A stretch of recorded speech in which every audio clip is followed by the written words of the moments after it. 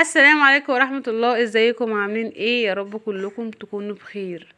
زي ما عودتكم ان انا هعمل كل حاجة في البيت. بعد كده عملت التورتيه الجميلة دي في البيت، فرحت بها ابني عشان كانت عيد ميلاده، ففرحته بيها. فقبل بس ما نشوف الطريقة، ياريت تشترك في القناة وتعملي لايك للفيديو لو انت لسه اول مرة تشوفني، عشان كل وصفاتي توصل لكم. تعالوا نشوف الطريقة.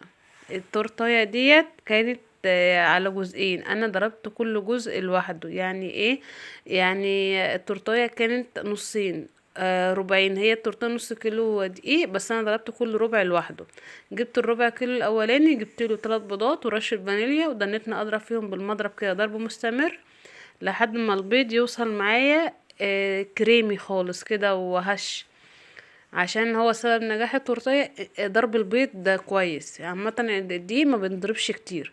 بعد ما وصل معايا للمرحله دي كده، يبقى انا كده تمام. اجيب بقى الدقيق وانزل بيه على البيض.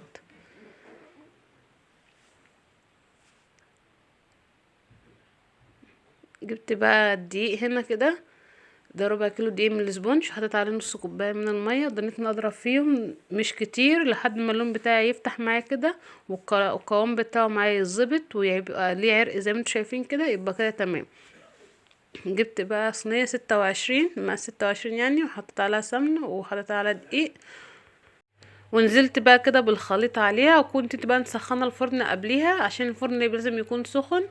تمام. وتحطها على درجة حرارة 180، وتحطها في شبكة الفرن اللي في النص، وما تفتحيش عليها الا بعد نص ساعة عشان خاطر ما تهبطش معاكي.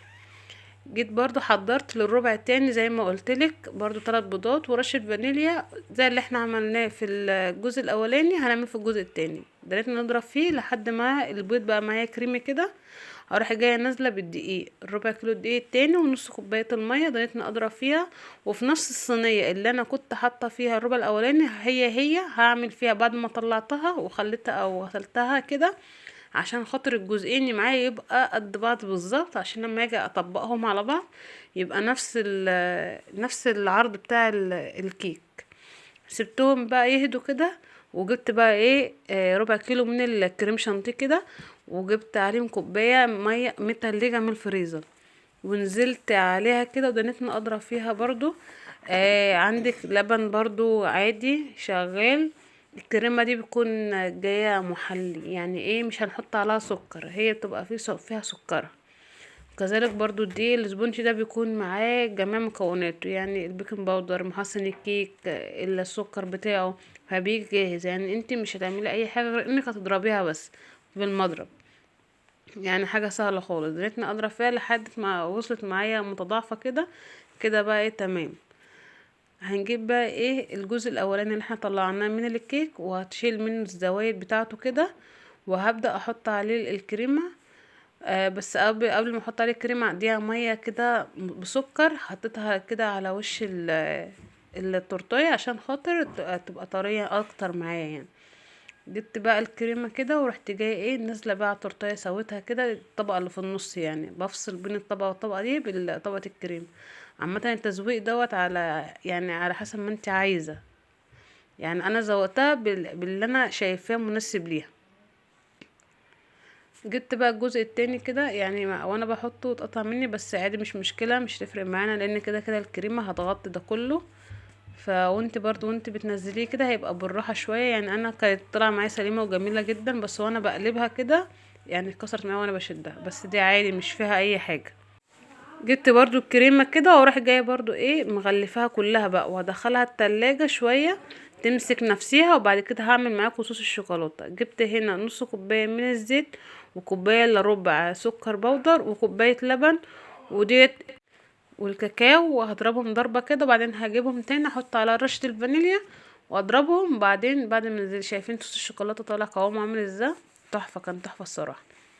طلعت بقى ايه تورتايه من التلاجة بعد ما الكريمه مسكت فيها كده كويس، وبدأت بقى ازين فيها زي ما قلتلك. التزويق دوت على حسب رغبتك انتي، على حسب ما انت شايفاه مناسب.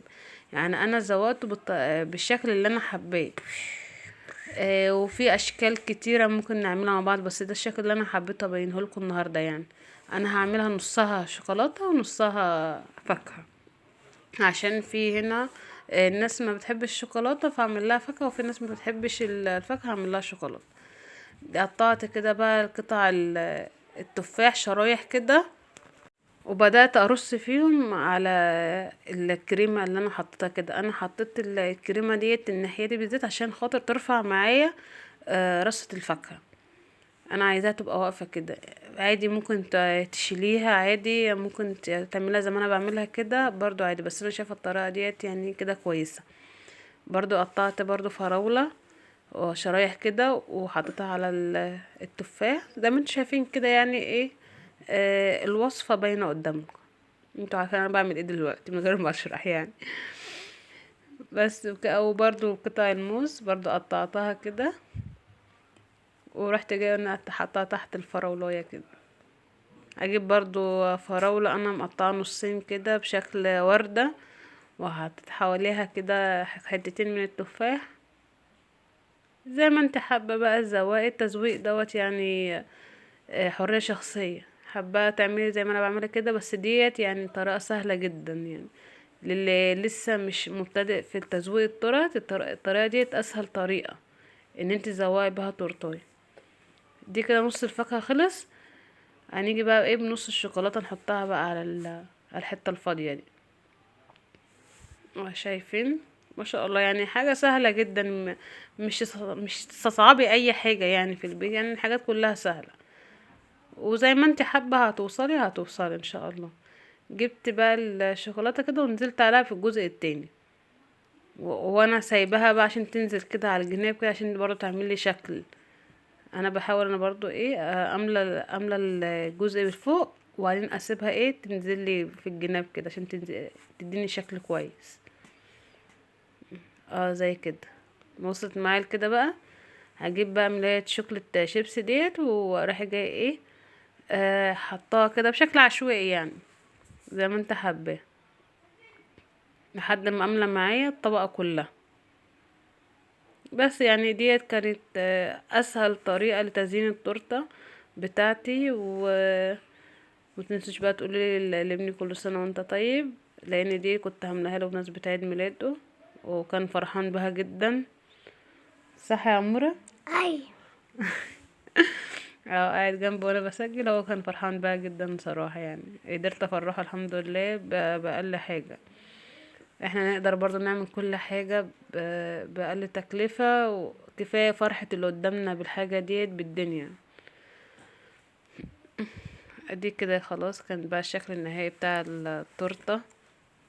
سهلة جدا وما خدتش معايا الحمد لله وقت كتير ولا كده، وطلعت معايا حلوة واحسن ما انا كنت متمنياها بصراحة. يعني طلعت معايا جميلة، صوص الشوكولاتة كان تحفة، جربوه. ومتنسوش بقى ايه تدعوا لي دعوة كده حلوة من قلبكم، ويا رب يكون الفيديو عجبكم، ويا رب يكون خفيف على قلبكم. متنسوش الاشتراك زي ما قلت لكم، تعملوا لايك للفيديو. السلام عليكم.